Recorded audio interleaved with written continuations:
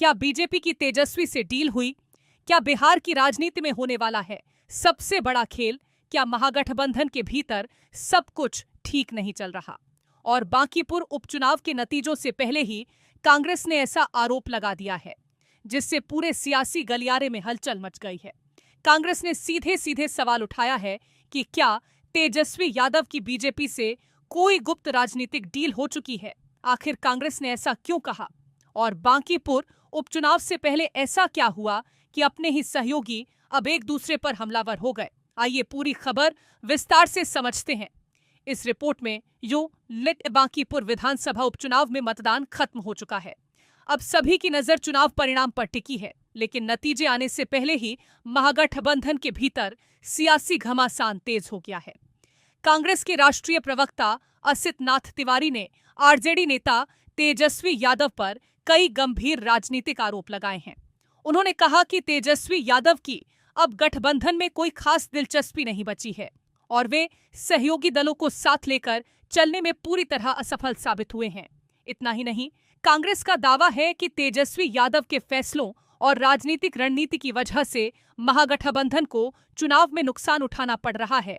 कांग्रेस का आरोप है कि सहयोगी दलों की ताकत का सही इस्तेमाल नहीं किया गया और कई अहम फैसले एकतरफा लिए गए। लेकिन मामला यही नहीं रुका। कांग्रेस ने आरजेडी के सबसे मजबूत माने जाने वाले वोट बैंक पर भी सवाल खड़े कर दिए। असित नाथ तिवारी ने कहा कि तेजस्वी यादव अब अपने पारंपरिक एमवाई समीकरण यानी मुस्लिम और यादव वोट बैंक को भी एकजुट रखने में सफल नहीं हो पा रहे हैं। उन्होंने बांकीपुर का उदाहरण देते हुए दावा किया कि इस बार यादव और मुस्लिम वोट पूरी तरह बिखरे हुए दिखाई दिए।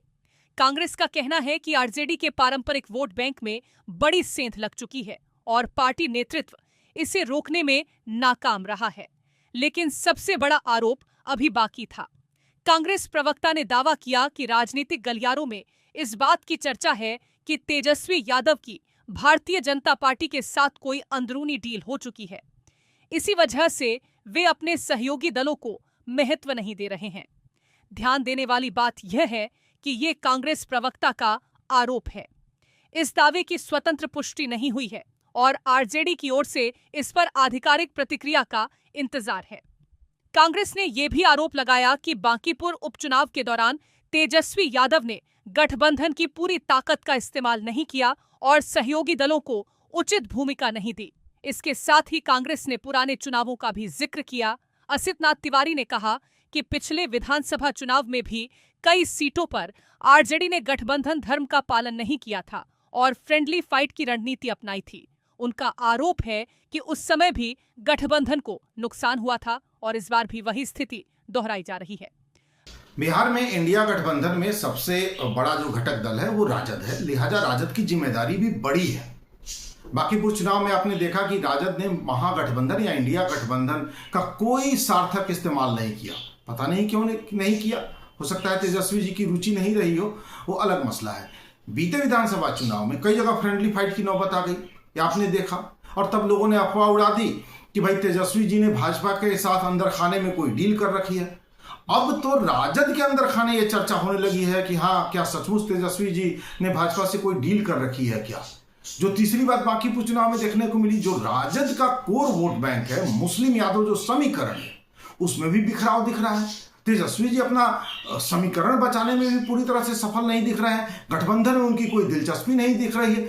बहुत सारे फैक्टर हैं, अंदर जो अफवाहें चल रही हैं उसको भी वो नहीं रोक पा रहे हैं। अब सबसे बड़ा सवाल यही है, क्या यह सिर्फ चुनावी बयानबाजी है या फिर महागठबंधन के भीतर सचमुच सब कुछ ठीक नहीं चल रहा? क्या बांकीपुर उपचुनाव का परिणाम विपक्ष की राजनीति की नई दिशा तय करेगा? और सबसे अहम, क्या कांग्रेस के इन आरोपों पर आरजेडी कोई बड़ा जवाब देगी? इन सभी सवालों के जवाब अब चुनाव परिणाम और आरजेडी की प्रतिक्रिया के बाद ही सामने आएंगे। फिलहाल इतना तय है कि नतीजों से पहले ही महागठबंधन के भीतर बढ़ी तल्खी ने बिहार की राजनीति का तापमान काफी बढ़ा दिया है। अब पूरे प्रदेश की नजर सिर्फ चुनाव परिणाम पर नहीं, बल्कि कांग्रेस और आरजेडी के अगले राजनीतिक कदम पर भी टिकी हुई है। आप इस पूरे मामले को लेकर क्या सोचते हैं?